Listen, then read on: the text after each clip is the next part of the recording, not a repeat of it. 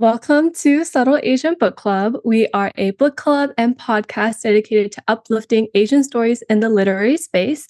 I'm Alexandra. And I'm Tiffany. Today we are here with our March Book of the Month author, Bidania, also known as Vong. And we're so excited to have you today because our Book of the Month was A Year Without Home, which is a middle grade novel in verse. So some poetry. Oops, you can see a bit of my Zoom background. But we loved the book so much, and it was really exciting way just to kick off the last quarter of our year. And we're so thrilled to have you here with us today. Thank you so much for inviting me. I feel really honored to be here. I'm a big fan of your show, and yeah, I can't believe I wrote A Year Without Home and it came out. It's been so many years in the making. I wrote this over 5 years ago, so it took a while for it to come out. But yes, I wrote A Year Without Home, and I also write the Astrid and Apollo and Extraordinary Eliana chapter books, which are early readers, so they're for a younger audience than A Year Without Home. But all these books are really special to me because they all feature Hmong or Hmong American characters, which is a big deal to me because growing up, I never saw any Hmong representation. So yeah, I'm excited to be here to talk about A Year Without Home and just to talk about books and writing in general with you.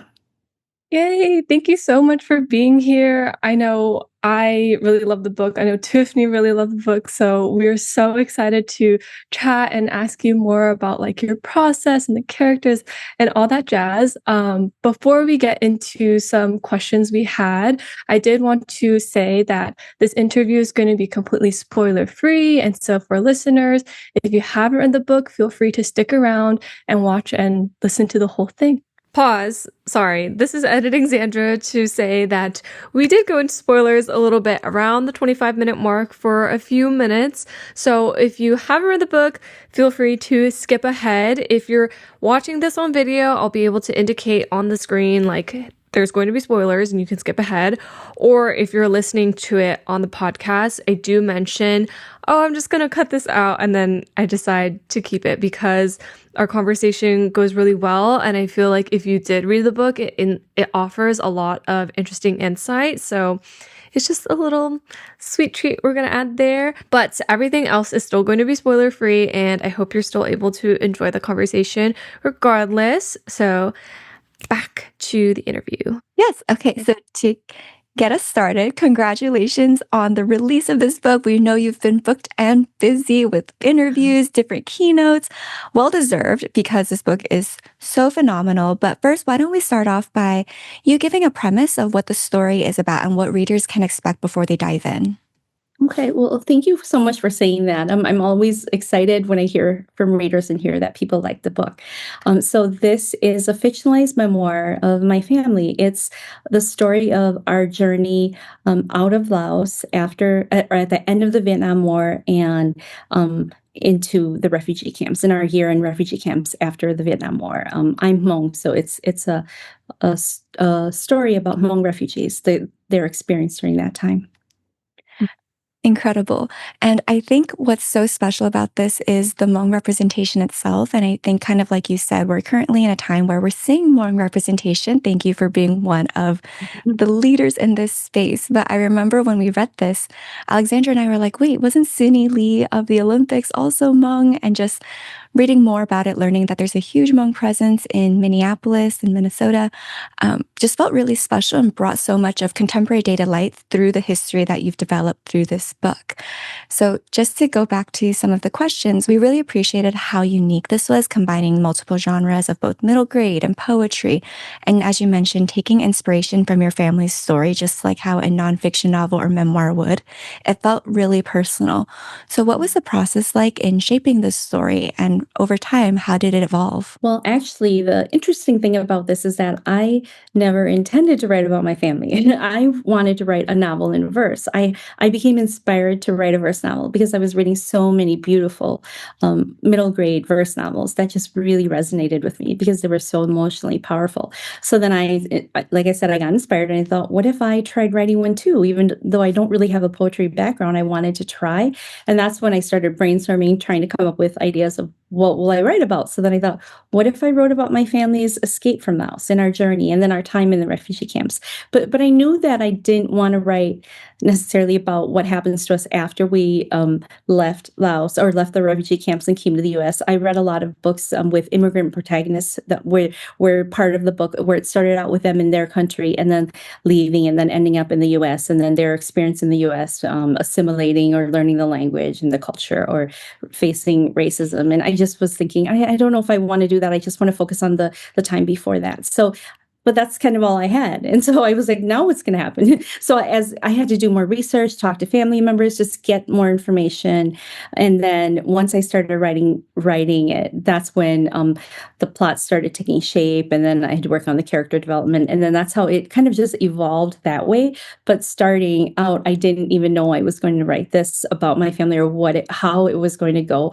I mean, in a way, I'm kind of glad it worked out that way because I'm really happy with the way it turned out. And I'm really proud of what I did. I don't know if I had planned it ahead of time, if that could have happened. I'm not sure. So that's kind of how it developed. It just kind of happened. I don't know if organically is the right word. It just sort of evolved as I moved further along with the book, with the writing. Wow, I'm like so impressed that you mentioned that you've never written any poetry or anything in verse prior to this, because when I was reading this, I was like literally in tears. I was like, this is so beautiful. This is so good.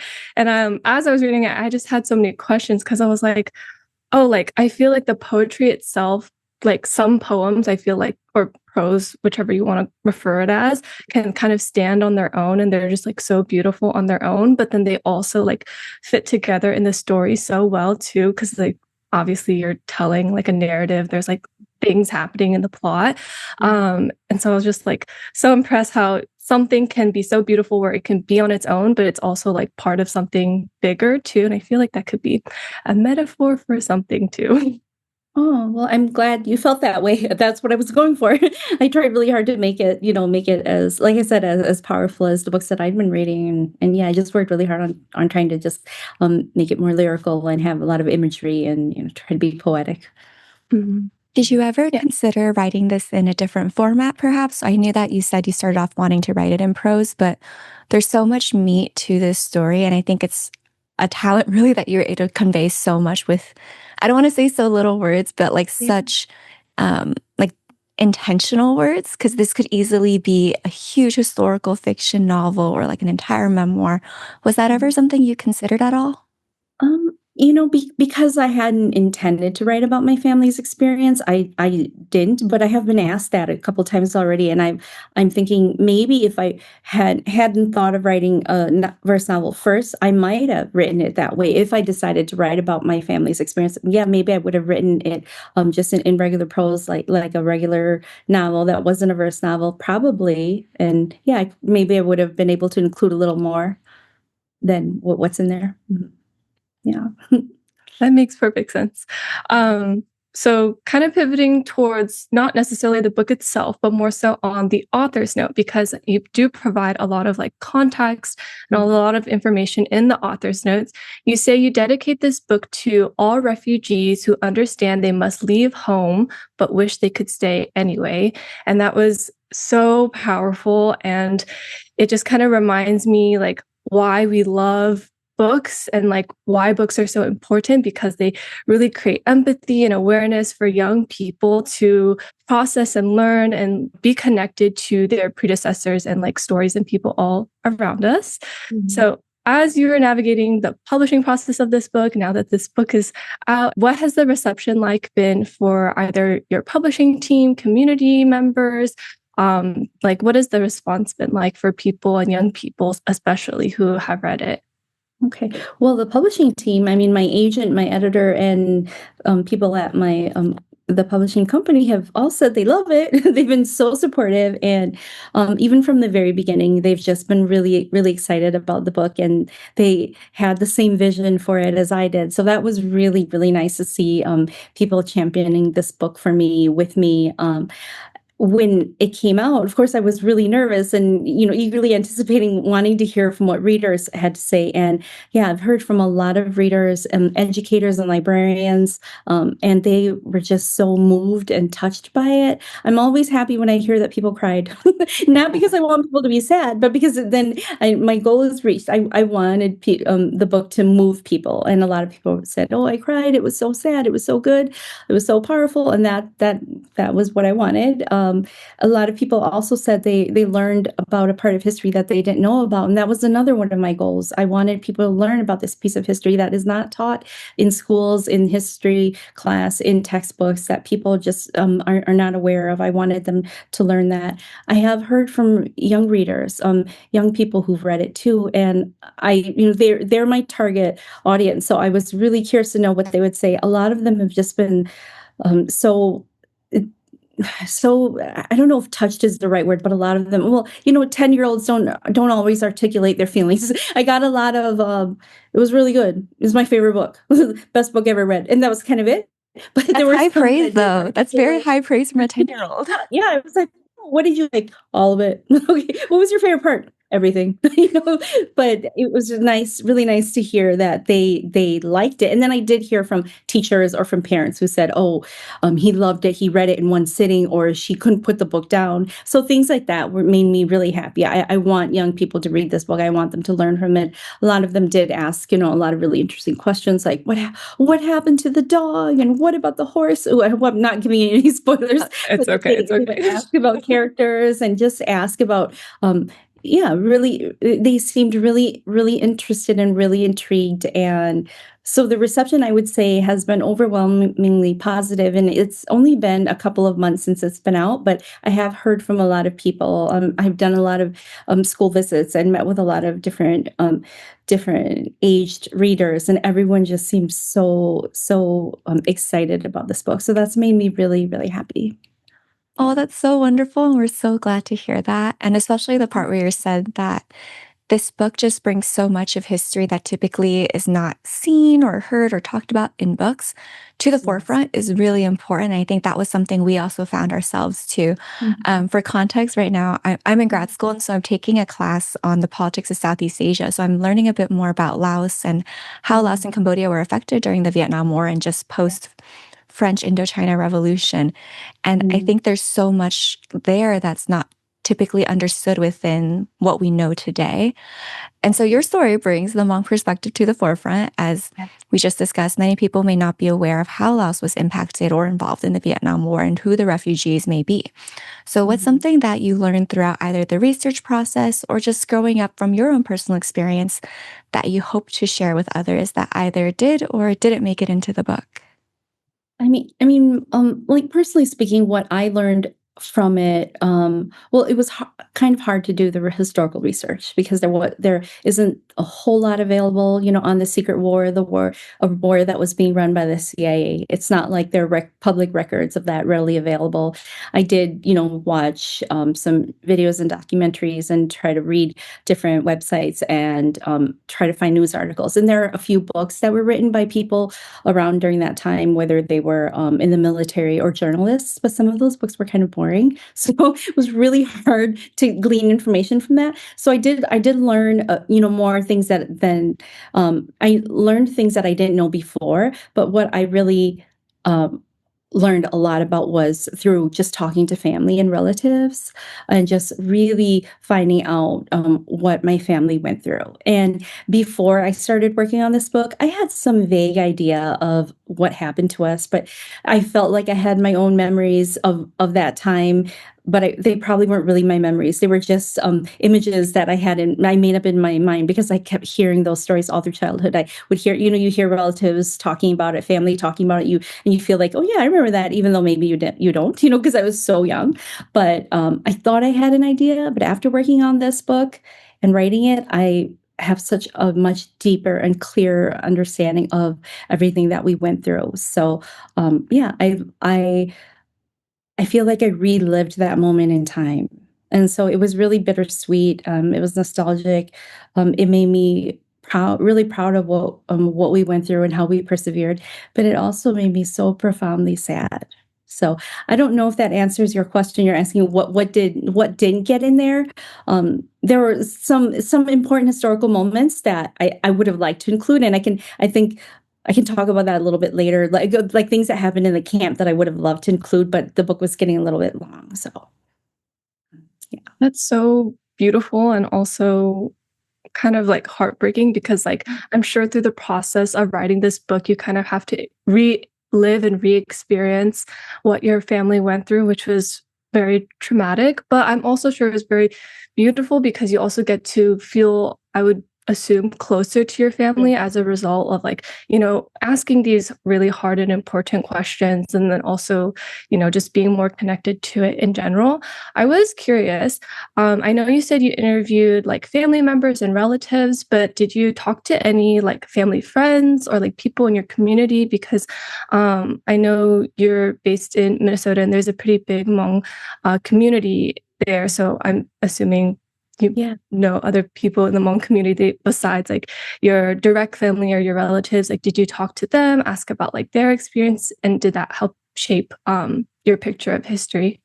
Yeah, I did reach out to a couple of organizations, but I feel like it was kind of late in my process when I started doing that I didn't hear back from a lot of people in time, and I felt like at that point I had so much information already, so much so many notes and a lot of research already, different stories from, and it wasn't just like my direct relatives, some extended relatives too. So it wasn't just all my family, but I felt like I had a lot of information at that point. I did get a lot of information from Hmong organizations, like on their websites, like museum websites, about Hmong history and about the timeline. So a lot of those places, I was able to find really good sources too, that I think might have been similar to what, if I had spoken to other people as well. But yeah, if I had been a little bit more organized during my research period, then maybe I would have had more time. The timeline of this book was kind of complicated, so I didn't get to get as much. But like I said, I had like this much research already, so I was like, if I got that much more, maybe maybe I had what I had was enough. No, that totally makes sense. And you were also speaking just like how much more connected you felt with your family. And within your author's note specifically, you mentioned how amazing and cool your dad was and how he was such an influential figure within the storyline. Would you be able to share with just like our readers, with everyone, I guess, like the context of this within the Forgotten War? Yeah.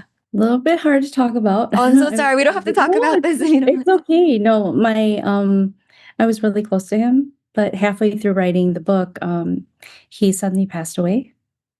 And it was devastating. And actually, before that happened, I had kind of taken a break from writing it because I was working on the book at the same time I was working on writing the chapter book series, the Astrid and Apollo. And so those are multiple books, and I kind of work on multiple books at a time. And they're short, but they're still in different stages. So it's like working on 4 books while also working on this. So I felt like I needed a little break from the novel. So I stopped. And then after he passed, I was, like I said, I just felt completely paralyzed and I didn't know what to do. But then I remembered the manuscript and I was thinking, suddenly I just felt like I have to finish this book. Like I have to do it for him. So I just started working on it and I felt like he was there with me, just like supporting me. Um, Let me see. Yeah, he was so smart and so funny. And when the book came out and one of my sisters read it, she just said to me, I feel like you really got dad's personality in there. He loved to make jokes. My mom is really serious and kind of scary, but my dad was just more lighthearted, even though he was really authoritative because he was in the military. But with the kids, he was just more funny, and he liked to like tease us. And I tried to catch his essence in the book, and one of my sisters told me that she really felt like he got in there.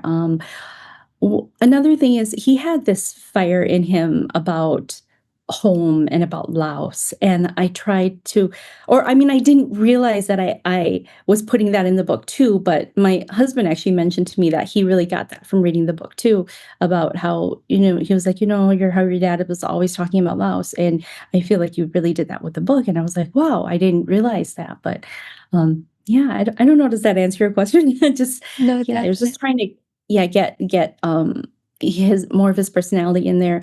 Honestly, there were so many questions that I had for him that I didn't get to ask, and as I was working on it afterwards, I was just kicking myself because I couldn't ask him anymore. I had all these, like, clarifying questions, like, "What did you mean when you told me this?" And so I had to go through my notes from when I did ask him when I was working on the first part of the book, and through my mental notes too, like, "What did he say?" And then try to just catch everything and put it in there. There's still a lot of, like, really cool and funny memories that I wish could have gotten in there, but, we had to cut. It was getting a little long, so, yeah. I mean, I totally dedicate this book to him too because a lot of it is about him and everything that he taught me and told me about, stories about Laos and about our life before the US.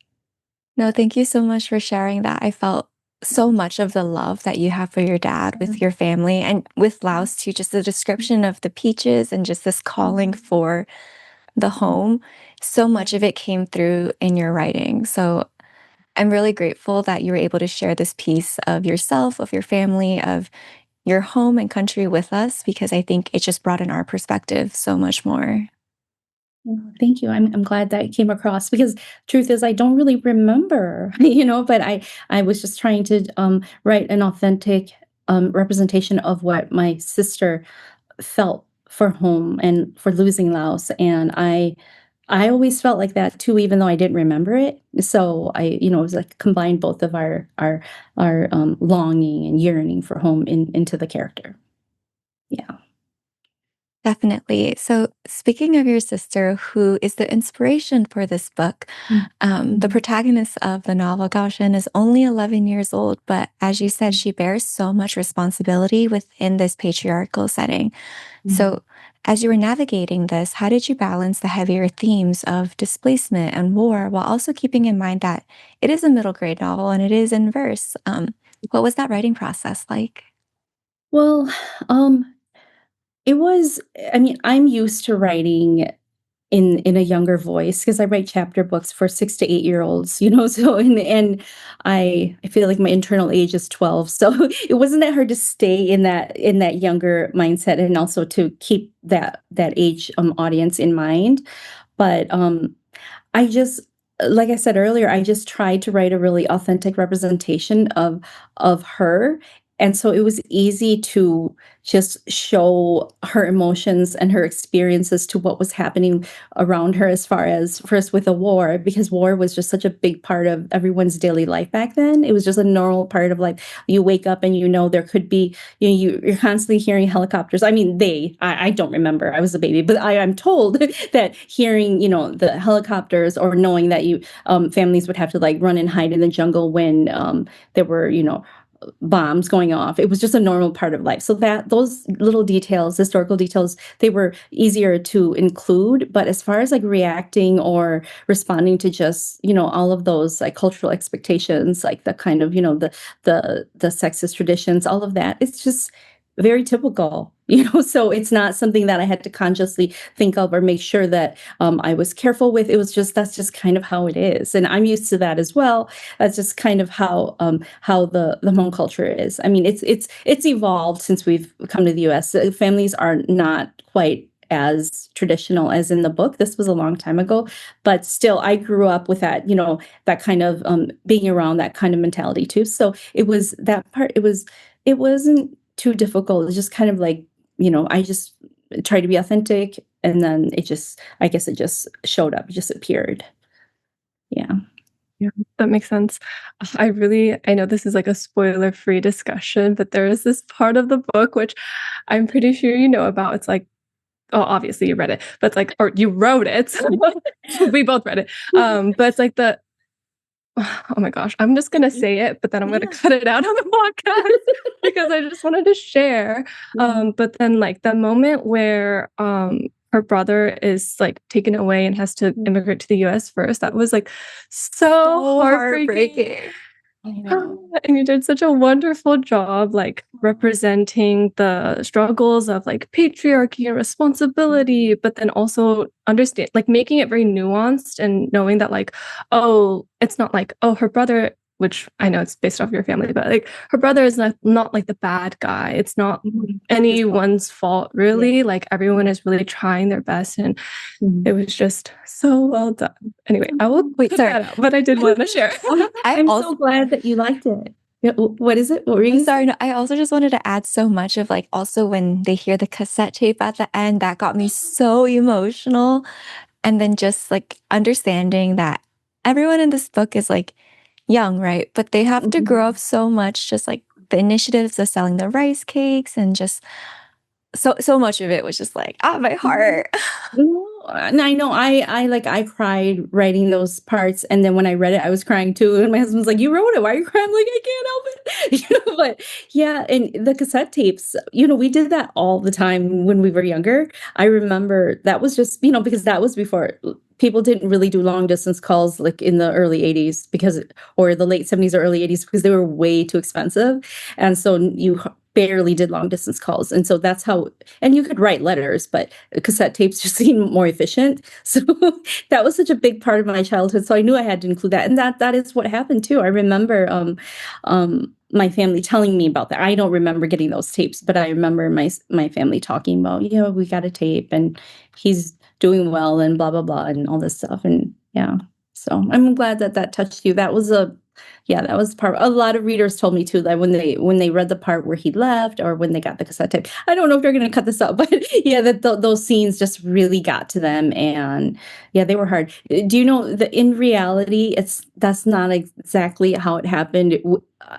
Asian families aren't always very what's the word? Very sensitive. Asian parents aren't really emotional or affectionate, and so when he left, it was more like go, you know. And he's like crying, and my sirs are like, what, like that. But I remember my editor said to me, "Aren't they going to say anything to him?" And I was like, I mean, we don't really show emotion or affection, because you're just a little kid and you don't really understand what's happening. Your parents are strict. But so she said, show them saying something and hugging him or something. And I was like, I don't really know if we would have hugged him. But I wrote that in there that the sisters were all hugging him and stuff, even though in reality, I don't know about your families, but in my family back in those days, little kids would probably just stand there and like kind of cry, but not really be like, in American culture, be hugging, crying. People don't say that in Asian culture. Yeah, So no, it's like the act of him, like even sending him away is the act of love itself, and you won't realize that until you're much older. exactly.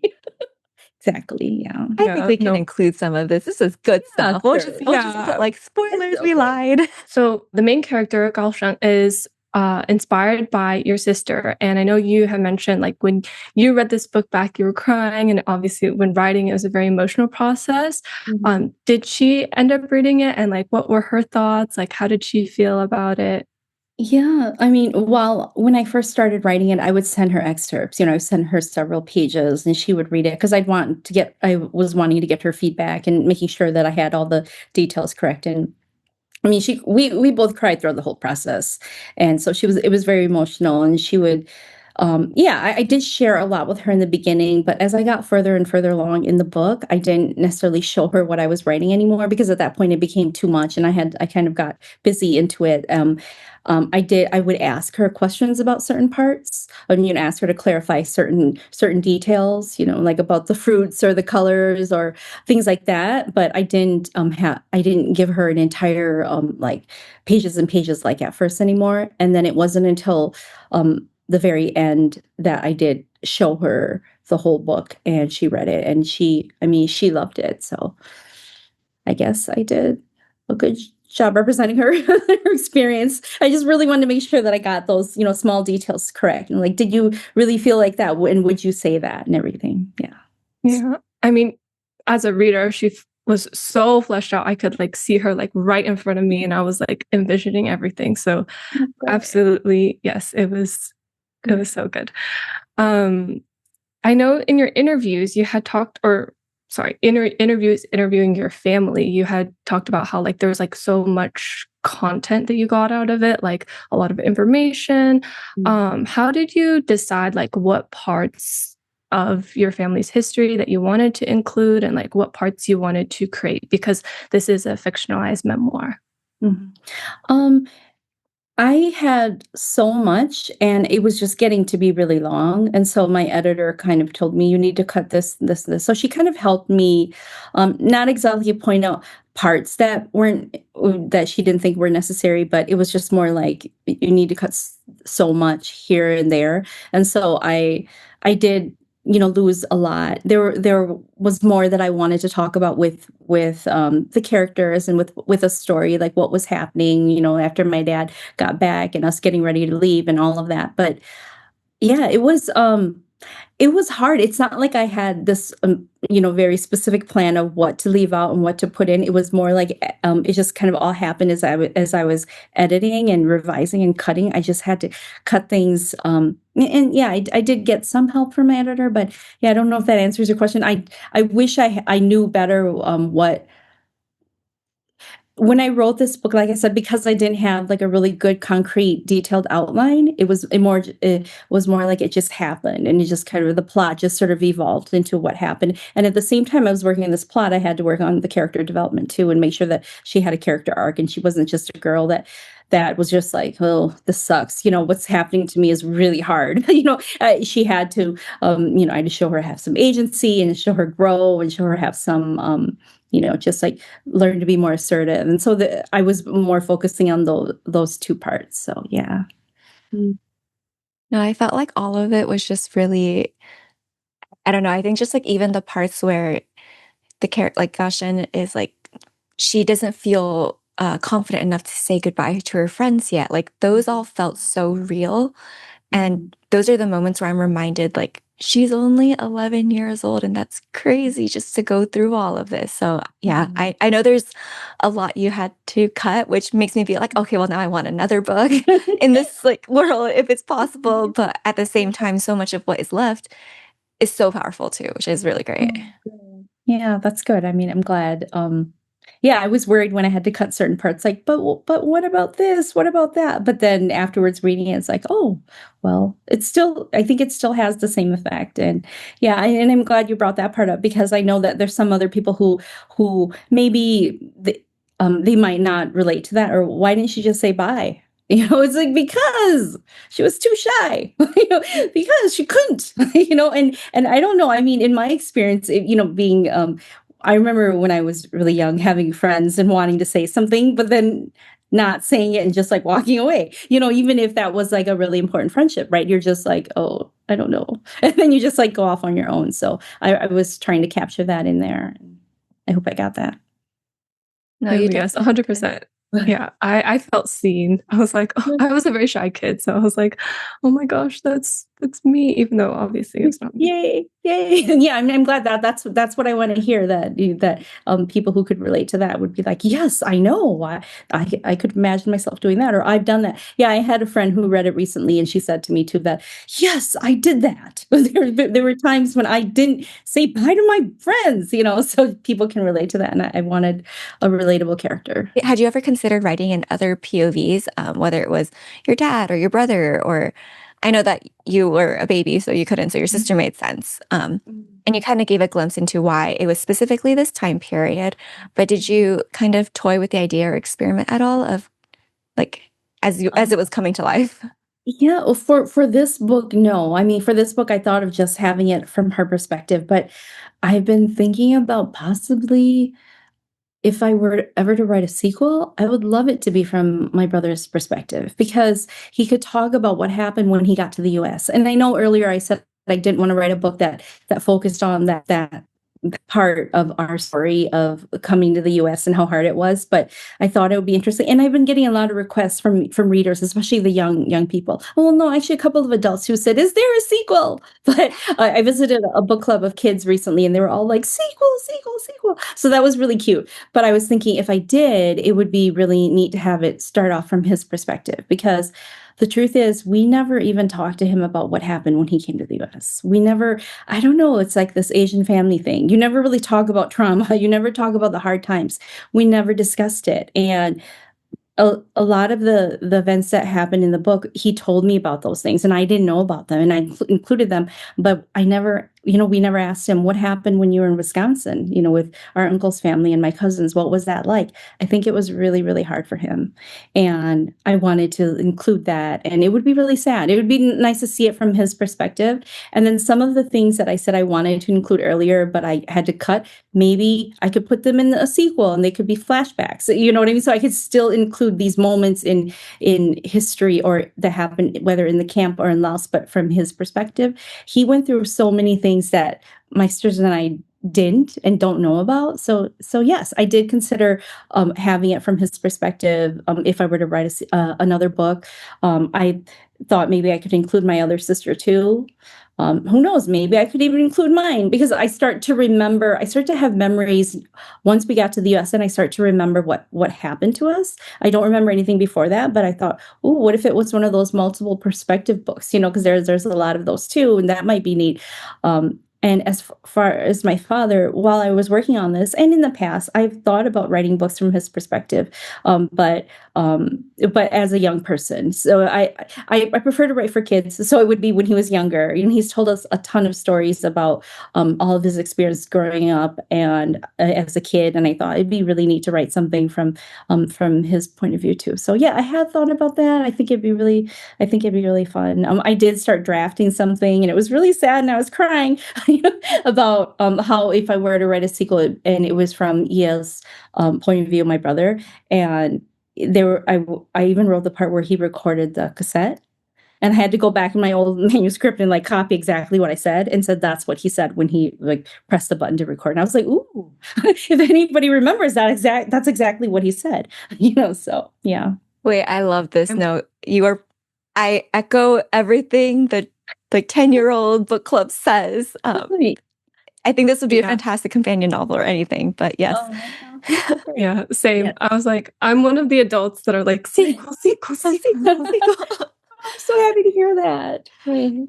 That's good. Okay, so you explore many different definitions of home through this book, kind of like as a place, as a person, people, a culture. So while writing this novel, how did your own understanding of home evolve, especially when I guess in this, we're seeing that home isn't something that can always exist as a tangible thing. In particular, like home sometimes can also just like no longer exist as it used to be. Mm. Yeah. Honestly, my entire life, I remember like my childhood, especially, there wasn't a day that didn't go by where I didn't think about Laos. Like I constantly missed it and longed for it, even though I didn't really remember it. It was just kind of like this dream or this fantasy that I had in my mind that it's like this perfect place, this place that's if only I could go back. It was it was like a fantasy. And I always wanted to go. I just always felt homesick for it. And then when I got older, I remember going to college. I promise this has a point. When I after college, I really wanted to move out of state. I didn't want to live in Minnesota anymore. I just felt like I wanted to live in a big city, like one of the coasts, the East or the West Coast. I wanted to go to a bigger city where it was more diverse. I just felt like it wasn't diverse in Minnesota. And after college, I did move to the East Coast and I lived in New York City for a long time. And but there I still, even though it was much more diverse and way more fun, I was homesick for my family. But I didn't want to go back either because I knew I'd be miserable if I lived in Minnesota. I actually live in Minnesota again right now, but that's another story. So it wasn't until I met my husband that I stopped feeling homesick. And I don't want to make myself look like this codependent person, unhealthy relationship. It's not like that. It's like with him, I felt like this comfort and safety. And this is going to sound really cheesy, but I felt like I was at home. I was yeah, the meaning of home has evolved for me in my life. It used to be this place, it used to be a country where I felt like I would be comfortable because I always felt out of place here in the US. I just always felt like a foreigner. But then when I got older, I realized that home doesn't have to be a place. Just like in the character, she said home doesn't have to be a place, it can be family. And I felt like home, sometimes it can even be a person.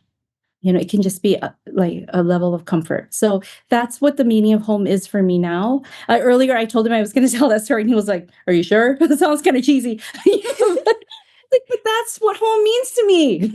So he's a guy. Guys are not that romantic. But yeah, I definitely that's what when I think of home now, I really don't see it as a physical location anymore, like I did when I was little. It's really more of, I don't want to say like an abstract or vague idea, but it's more of a feeling of safety and comfort. I'm crying all over again. But like in a totally different context, because now it's like we're talking about love and romance. I'm like, love is real. Love is This was a long time ago when we were younger. I mean, now it's kind of like we annoy each other, but yeah. but it's still true. Yeah. I know that in the author's note, you mentioned that you did get to visit Laos for this book. How was that experience? Like, did you feel at home? Was it different than what you expected? Like, for people who haven't visited before, what can we expect? What should we do? I don't know. Not to make it a whole like No, Rex I mean, post, but no, absolutely. Like I said, I always fantasized about it since I was little. I didn't know what it really looked like or what it was like. I just imagined this place that was like, perfect, kind of like a utopia. When we got there, I have to tell you, it was more beautiful than I imagined. I've never been to Hawaii before, but the minute we got off the plane and we were in the airport, and I don't know if you've, visited Asia, but it's so humid that you feel like humidity like punches you in the face. And I felt like that in the airport because all the windows were open and it was so hot and humid. And then we walked outside and there was all this traffic, and then there were all these palm trees and everything was so green. And like I said, I've never visited Hawaii before, but I felt like like I would feel if I were in Hawaii. It was just so beautiful. It was incredible. It was life-changing. And I was like, this is more beautiful than I ever imagined. And Laos is a developing country. So yes, there are some parts of the country that, still need a little bit of work, but I just felt really it was really different from what I thought it would be. But I absolutely loved it. And it was better than I ever imagined. Yeah. I went to the border where the Mekong River is, because I figured I have to describe the scene when we're crossing the border. Oh, here, spoilers again. Well, everyone It's knows okay. we did make it across, but I didn't really know what that looked like. And we tried to go. I remember we had a taxi driver take us to the river. We are like, we want to go to the Mekong River. He's like, where? We're like, just wherever. We don't know the exact spot that we crossed. And it's changed so much. The city has changed, but he just took us as close as we could go. And we were looking at it, and I was like, oh my gosh. And so I had to go back and revise what I wrote to make it match more. It was really steep and rocky, and but it was also really small because you could just look across the river and you could see Thailand. It really wasn't that far. So then I was like, I have to change that part, because I made it seem like we were on the river for hours. It's not really. It's probably just a few minutes, because if you can see it from where you're standing. I mean, a really good swimmer, well, it would take them a little while. But yeah, I got to see these places. I didn't get to go to my hometown where the book takes place, but I did go to my parents' hometown and saw, and I think it would have looked similar. The reason why we couldn't go to Pacau, which is where I was born, which is the house on the hill, is because that's all jungle now. That whole area was just abandoned. Everybody left, and so yeah, I know that I have other relatives who visited Laos sooner than we did. Like I have an auntie that we talked to, and she was like, "You can't go to Pacau," because I was like, "I really want to go there," and she said, "You can't. It doesn't exist anymore." She was like, "We tried to go back in like 2000 or something, and it doesn't exist." Everyone left that town after the war, and just like it's all jungle. You're not going to find our old house. You're not going to find any roads. It's just mountains and jungle. So that was really sad for me to hear that we couldn't visit that area, but we did go to my parents' hometown, as I said, which was up in the mountains, which is probably similar to Pacau, and it was really, really beautiful. And just like there's just something very like majestic about the energy that just like I said, is really powerful and is better than I could have imagined. Yeah, that was my experience going there. no, I'm so glad that you're able to do that. Yeah. And that's crazy to think that obviously it was several years past, but that a home like where you were born could completely transform in that amount of time. Yeah. And I also really appreciated the perspective just when you were discussing in the book, like Laos is a landlocked country. We know there are the other Asian countries like Cambodia, Thailand around it who are bordering the ocean, but I'm sure it just creates a completely different ambiance and just like tangible physical environment too. Yeah, absolutely. Mhm. Did Yeah. you visit Laos with your family or like anyone? Um, it was just my 2 older sisters, my mom, and then my husband and, my younger son. Mm, So a couple that's of so us, yeah. beautiful. Mhm. Would you, well, are you planning to go back? Like, Oh, yeah, for sure. I mean, my husband and I would love to go back. I mean, things are a little bit unstable in the world right now, so we're like, oh "Can yeah. we try?"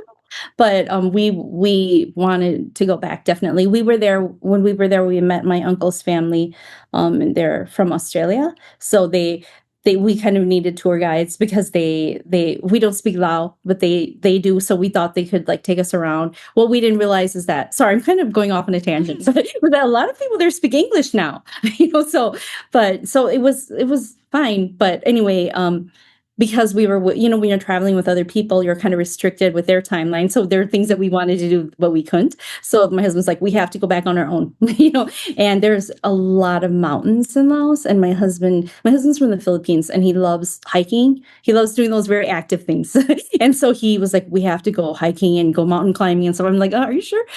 But so he definitely wants to go back and do those things and see all those like really beautiful sights that we didn't get to see. So yeah, I hope to go back. I as soon as is safe to, I guess. I was just gonna say I'm excited for your next trip. Now I'm like, "Ugh, I want to go to Asia." Yeah, Oh, I was like, yeah, should so we go fun. to Laos? It's so fun. Going to Asia is really fun. Well, now we're going to transition to a few hopefully quick and fun questions. First up, do you have a most anticipated 2026 or future release? Do you mean of Oh, another book? yes, Or of do you mean another book. okay, okay. Yes, I was thinking, so I couldn't wait till 2026 because, well, I knew my book was coming out, but also I really love, Victoria Chang's work. She wrote Love, Love. She's a poet, and I read that book, and even though the book is, it's sad, it's not a happy book, but it's a verse novel, and I just thought it was so powerful. It was so beautiful. So when I heard she had a new book coming out, I couldn't wait, and that's called Eureka. And again, not a happy topic, but still, anything written by her, I'll read. So I did get that recently, and I'm excited to read that. It's a verse novel. Um, so that was the 2026 release that I was most excited about. But I know there's a whole bunch coming up. But that's just one. If I told you all of them, we'd be here like all night. I'm sure, I'm sure. Well, I'll definitely add that to my list because it sounds right up my alley, sad but good. Um, is there a book or multiple books you don't have to just pick one that you would recommend to people who enjoyed your novel? Okay. So these books aren't necessarily happy books, and they might not even be for kids, but I think that I still think that if people enjoyed my book or want to learn about this period in history, these are good books to read. I really love In the Shadow of the Banyan by Vade Ratner, and this is actually it's an older book. It's not recent at all, but it's sort of a memoir too. It's about her life. She left Cambodia after the Vietnam War. And it's about the genocide that happened in Cambodia after the Vietnam War, how horrible it was. I'm sure you're familiar with the movie The Killing Fields. It's about Mhm. that time, and it's so sad, but so beautifully written. And it was kind of taking place around the same time as my book takes place. So that I think that's a really good book to read. Even though, like I said, I think it's geared for adults. The narrator is 7 years old, so I think it's a really beautiful and good book to read if you want to know more about that time period in history. Another book that I really like is The Best We Could Do by Mm. T. Boy. That one it's an illustrated memoir. It's a graphic novel, but oh my gosh, I love that book as well. It also talks about that time period. So yeah, those are the two books that I think if you liked my book, maybe you would enjoy those, and you could learn more about that region of the world during and after the Vietnam War.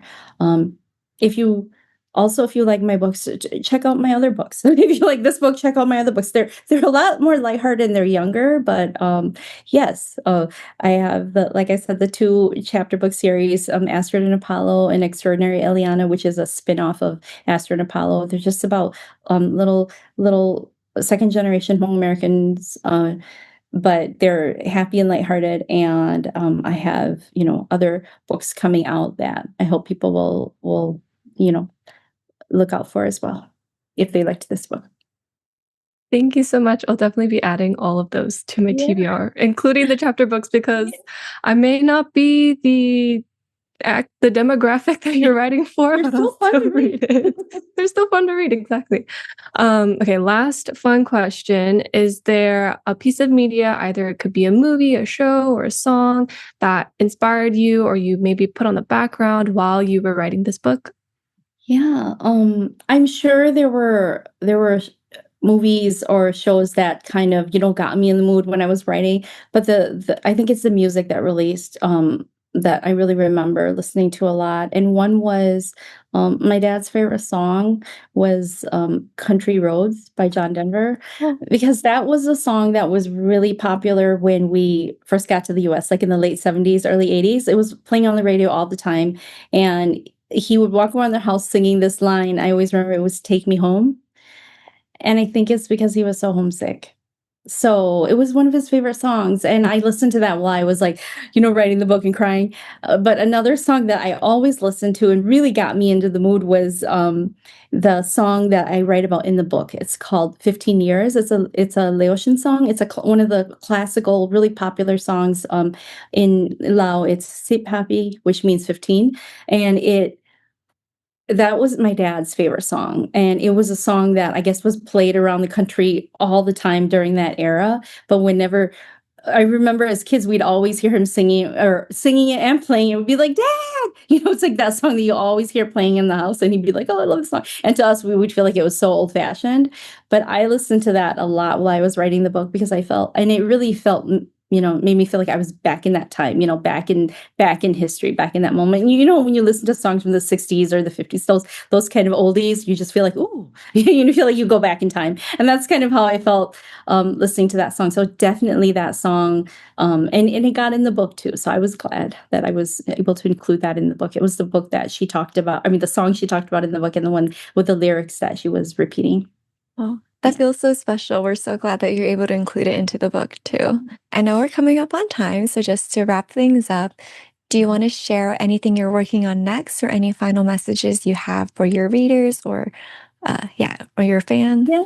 Yeah, I mean, I can tell you quickly what I'm working on, and then I do have a couple of words, just like parting words. But I'm working on the next Eliana books. So I have four, that just came out now, and I'm working on the next set, which will come out in 2027.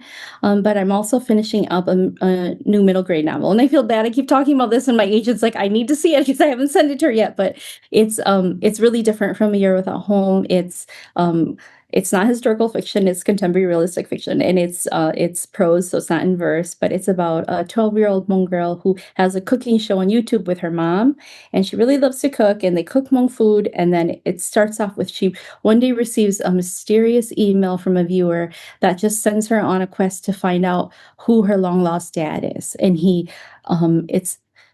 it's a mystery. But the neat thing about the book, I always say this book has two things I love: food and Keanu Reeves, because her dad in her mind looks like a Hmong Keanu Reeves. So I'm finishing up that book. So I'm pretty excited about that book. And then I'm also trying to finish a young adult romantasy, which is inspired by Hmong folk tales. And so I'm really excited about that too, because my concentration when I was doing my MFA in creative writing was in young adult, but I haven't written young adult since, I've only been writing middle grade and younger.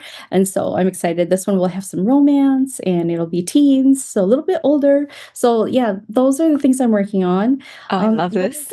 yeah, so I am pretty excited about those. Of course, I'm sure my agent's like, I've been hearing about this for a long time. When am I going to see it?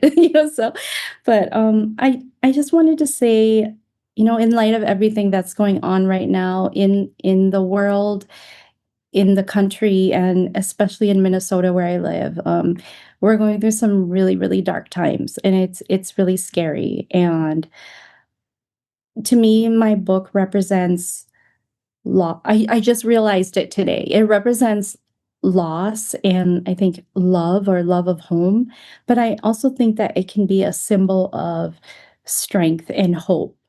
And I'm going to borrow what a 10-year-old reader said to me the last time I talked to her about this book. She said that reading the book made me feel sad, but it also made me feel strong because the reader or the character, the main character was sad, but she was also really strong.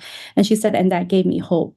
And so I hope that the book can represent, be a symbol of hope for people too, for hope for a better tomorrow and hopefully a better world. So I hope people will pick up this book and maybe feel that way too after they read it.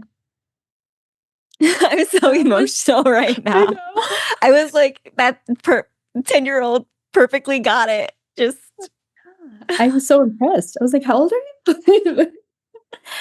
Mhm. well, thank you so much again. I think exactly that. This was an amazing book, obviously sad, but also you come out of it feeling, I felt so empowered and strong and hopeful. And it just reminded me why I love middle grade so much. And Mhm. regardless of your age group, this is a book for everyone, not just for children. And so we hope you give it a chance if you haven't read it yet and just check out more of these novels.